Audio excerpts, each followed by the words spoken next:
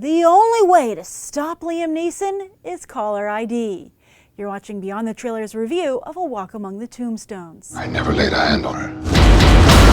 The other two, they're the ones you better worry about. Black hole sun, won't you come and wash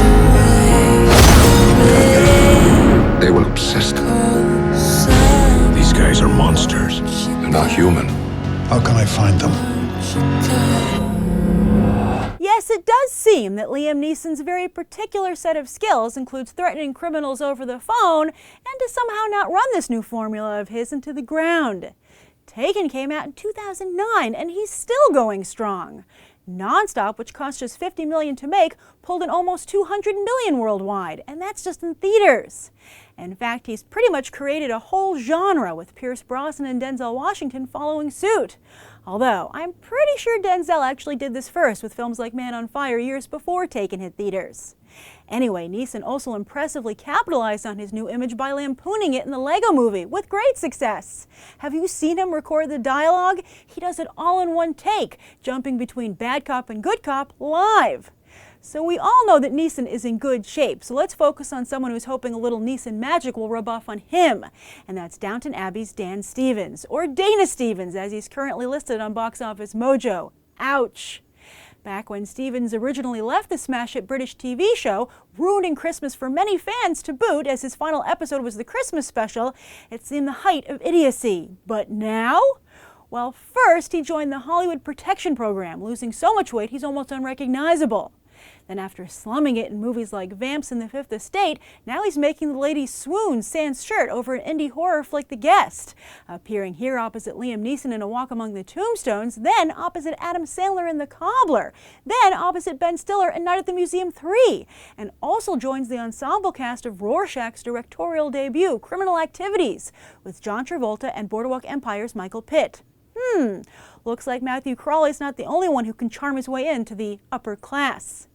Outside of its casting, A Walk Among the Tombstones seems to be pretty by the numbers. Another popular crime series, this time written by Lawrence Block, which Hollywood is hoping to turn into a franchise, a la Alex Cross or Jack Reacher. And it's directed by Scott Frank, who made some waves with The Lookout in 2007, yet mostly finds himself one of several writers credited to big blockbusters like Minority Report, Marley and Me, and The Wolverine. So, will this movie be remembered as helping to put Dan Stevens on the Hollywood map? Just another Liam Neeson movie? Or maybe the first of many movies about Matthew Scudder, mysterious private investigator? This is a really impressive thriller, but it also happens to be one of the most disturbing films I've ever seen. And I can't really make up my mind as to whether or not it's constructive to remind people that evil like this does exist in the world, or if it's irresponsible to potentially encourage such behavior.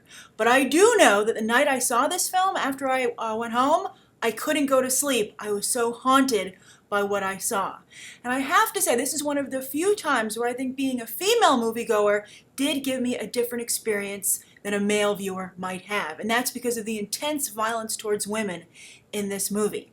But that's not to say it goes over the top or it's sensationalized. This is very real violence, which is what makes it so horrifying. This explores those really demented individuals out there who just see women as meat. And they really do exist.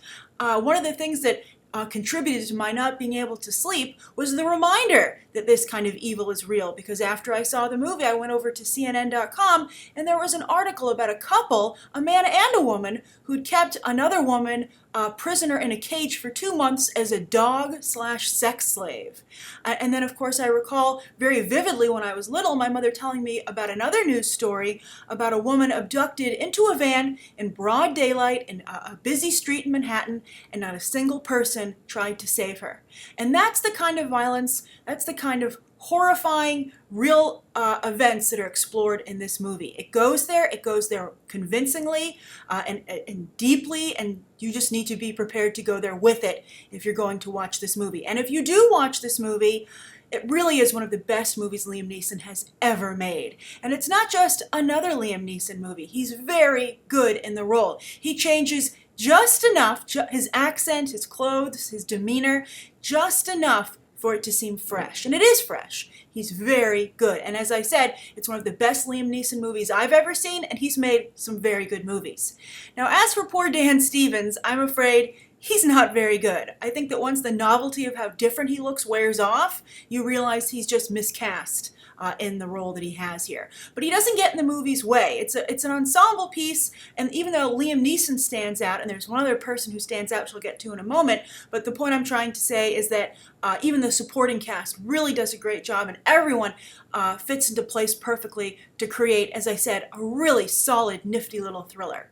Now, the other standout, believe it or not, I didn't even know he was in this movie because he's not in the trailers, is Astro from X Factor. He's also the African-American boy in Earth to Echo. And, you know, I questioned the acting over in Earth to Echo and if it was the young actor's fault or the script's fault. And it must have been the script's, or at least in Astro's case, because he's so good here. He plays the kid's sidekick, and he actually manages to make the kid's sidekick endearing and fun to have around instead of annoying.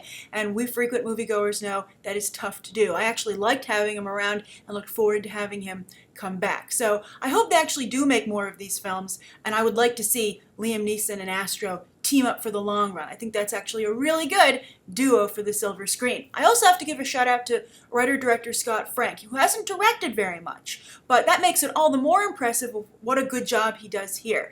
The film has a very strong visual voice without, again, getting in the way of the actual story, and there are also some really impressive shots. This reminds me of a really great gritty 70s thriller, you know, like The French Connection, etc.